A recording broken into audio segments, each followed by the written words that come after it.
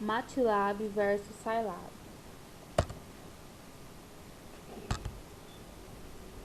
Introdução. A redução do custo dos computadores e a melhoria do seu desempenho permitiram a difusão do seu uso. Esses progressos do hardware vêm acompanhados pelo desenvolvimento de softwares de alta qualidade e facilmente de uso para diversas aplicações. Particularmente, os computadores têm assumido um papel importante nas salas de aula e é cada vez mais comum o uso de softwares de computação numérica e simulação em diversas disciplinas dos cursos de engenharia. No entanto, enquanto o custo do hardware vem sendo reduzido, o alto custo de aquisição e de manutenção de softwares proprietários, como o MATLAB, dificulta a sua utilização quando os recursos financeiros são escassos. Isto vem motivando a ampliação do uso acadêmico de softwares livres, programas que podem ser usados, estudados e adaptados sem qualquer restrição, como por exemplo o sistema operacional Linux, e na área de engenharia, o software de cálculo numérico Scilab. MATLAB. O MATLAB foi criado no fim dos anos de 1970 por Clive Moeller, então presidente do Departamento de Ciências da Computação da Universidade do Novo México. Ele logo se espalhou para outras universidades e encontrou um forte uso no âmbito da comunidade matemática aplicada. Jack Litton, um engenheiro, conheceu a linguagem MATLAB durante uma visita feita por Moeller à Universidade de Stanford, em 1983, e reconhecendo seu potencial comercial, juntou-se a Moeller e Stave. Eles reescreveram o MATLAB em C. Em 1984, fundaram a MathWorks e prosseguiram no seu desenvolvimento. O software foi adotado pela primeira vez por engenheiros de projeto de controle, a especialidade de Littler, e rapidamente se espalhou para outros campos de aplicação. Agora é também utilizado nas áreas da educação, em especial no ensino da álgebra linear e da análise numérica, e é muito popular entre os cientistas envolvidos com processamento de imagem. Aqui temos a interface do MATLAB. Scilab. O Scilab é um software para cálculo numérico desenvolvido desde 1990 por pesquisadores do INRA e da ENPC, na França, e mantido pelo Scilab Consortium desde 2003. É distribuído gratuitamente através da internet pelo link www.scilab.org para diversas plataformas, entre essas o Linux. Ele inclui um grande número de bibliotecas, toolboxes, que englobam funções gráficas 2D, 3D e animação, integração numérica, álgebra linear, interpolação, otimização, modelador de sistemas dinâmicos híbridos e outros. Existem também bibliotecas específicas para engenharia, como controle e processamento de sinais, e pode-se expandir o número de funções adicionando-se bibliotecas disponíveis na internet. O Scilab possui uma linguagem de programação própria, que permite a criação de programas numéricos. Aqui temos a interface do programa Scilab. Ambos têm uma linguagem de fácil entendimento, que se assemelha a ordens que poderiam ser dadas a qualquer pessoa. Eles transformam as informações associadas aos comandos em um código binário, para que então o computador possa executá-los corretamente. Necessitamos desse tipo de programa, já que é inviável realizar operações aritméticas mais elaboradas utilizando os famosos zeros e uns, e assim conseguimos economizar grande quantidade de tempo e de esforço. Para criar um programa que possa ser executado pelo Scilab ou pelo MATLAB, pensa-se em uma sequência de passos que o computador deve seguir para solucionar o problema ou efetuar cálculos desejados, criar estruturas, gráficos e várias outras aplicações. Um algoritmo.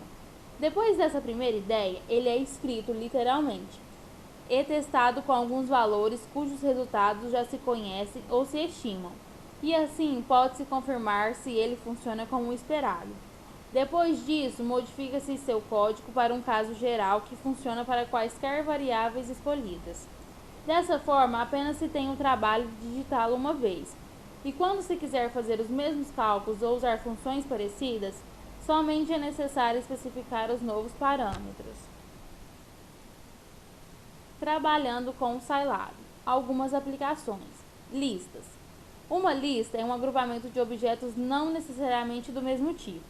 Uma lista simples é definida no Scilab pelo comando list, que possui esta forma geral: list A1, A2, AN, onde A1, A2, AN são os elementos da lista. Para exemplificar, criou-se uma lista composta do número 23, o caractere Q e uma matriz de identidade 2×2. Aqui temos um exemplo desse código exemplificando. Criando sublistas. Podemos criar sublistas, ou seja, listas dentro de listas. Para exemplificar, transformamos o segundo elemento da lista L em uma lista de 2 elementos.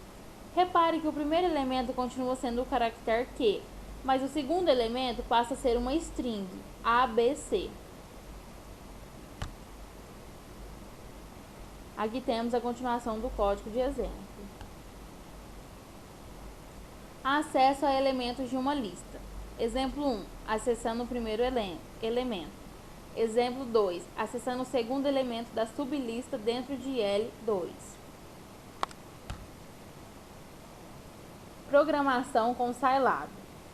O Scilab é um interpretador de comandos e por isso o código gerado não precisa ser compilado. Facilidade e simplicidade da linguagem estruturada. Não há necessidade de declaração prévia das variáveis. Comandos para iteração. Existem duas estruturas de controle iterativo no Scilab: o laço for e o comando while. O laço for. Forma geral: for variável é igual a vetor, linha ou lista. Instrução 1, instrução 2, instrução 3 e final. O comportamento das interações é baseado no vetor linha ou na lista. Se o vetor tem 3 elementos, existirão 3 iterações. Exemplo 1. Usando variável tipo vetor. O laço while. Forma geral: while condição, instrução 1, instrução 2, instrução n, final. O laço while repete uma sequência de instruções enquanto uma condição for satisfeita, útil quando não se sabe o número de iterações. O laço while operadores permitidos: igual, igual ou igual a, menor que, maior que, menor ou igual, maior ou igual, diferente.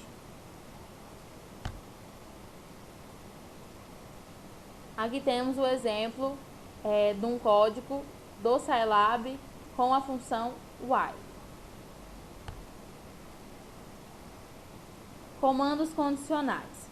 Comandos condicionais são usados para executar sequências de instruções a partir da avaliação de condições booleanas. T é igual a true, que é verdadeiro, ou F igual a false, quer dizer falso. If, then, else. Forma simples: if, then, else. Forma simples: if, condição 1, then. Sequência 1, else. Sequência 2, final. Avalie a condição 1 se ela for verdadeira. T, true. Executa a sequência 1. Caso contrário, executa a sequência 2. Forma geral: if, condição 1, then, sequência 1, else if, condição 2, sequência 2, else, sequência 3, final. Se a condição 1 for verdadeira, executa a sequência 1. Se a condição 1 for falsa, avalia a condição 2 e assim por diante. Se todas as condições são falsas, executa a sequência 3. Outro exemplo de uma forma simples usando o if e o else. Vamos a um exemplo simples, para melhor compreender como se utilizar o Scilab. Vamos calcular? Primeiro, o elemento z é igual a x vezes y dividido por 2. Calcule o valor de z. X é igual a 2, y igual a 5. Aqui temos esse exercício implementado no Scilab. X igual a 2, y igual a 5, z igual a x vezes y dividido por 2. Z igual a 5. Segundo, quais os valores de x e y que tornam a sentença x menos 2y igual a 4 verdadeira? E temos as opções, então vamos fazer a verificação. X igual a 6, y igual a 1. X menos 2 vezes y é igual a 4. O Scilab automaticamente nos informa que é verdadeiro, true. Testando os outros números. X igual a 7, y igual a menos 3. X menos 2 vezes y igual a 4. Falso. Conclusão. Percebeu-se que em ambos os softwares são muito importantes para a computação numérica. Concluiu-se também que existe lugar para ambos, apesar da grande semelhança entre eles. O Scilab possui um uso mais acadêmico, voltado para o aprendizado em cursos de graduação. Já o MATLAB, software mais abrangente, é mais utilizado em empresas. Portanto, deve-se incentivar o uso do software livre Scilab nas instituições de ensino, onde muitas vezes o MATLAB, software proprietário, é utilizado em detrimento do primeiro.